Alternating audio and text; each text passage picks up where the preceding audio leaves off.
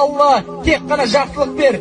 Алла, жер бетінде қиналып жүрген мұсылман бауырларыма жеңілдік бер. Қарызға батқан мұсылман бауырларымыздың қарызын өтеп бер. Я Раббана Карим, барша қол жайып отырған осындай мұсылман қазақ, бүкіл мұсылман әулетіне қасиетті Мекке Медина жерінде пайғамбар саллаллаху алейхи уассаламның маңдайы табаны тиген жерге барша мұсылманның аяғымен барып маңдайының тиюін Алла нәсіп ет. Қолдарында қартайып отқан ата-аналарға күш қуат бер, жүректеріне иман хидаят бер.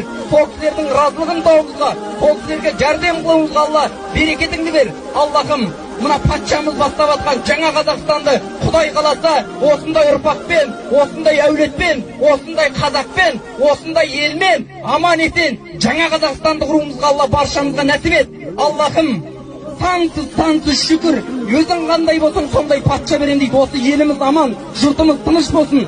Аллахумма айни аля зикрика ва шүкрика усни ибадатик.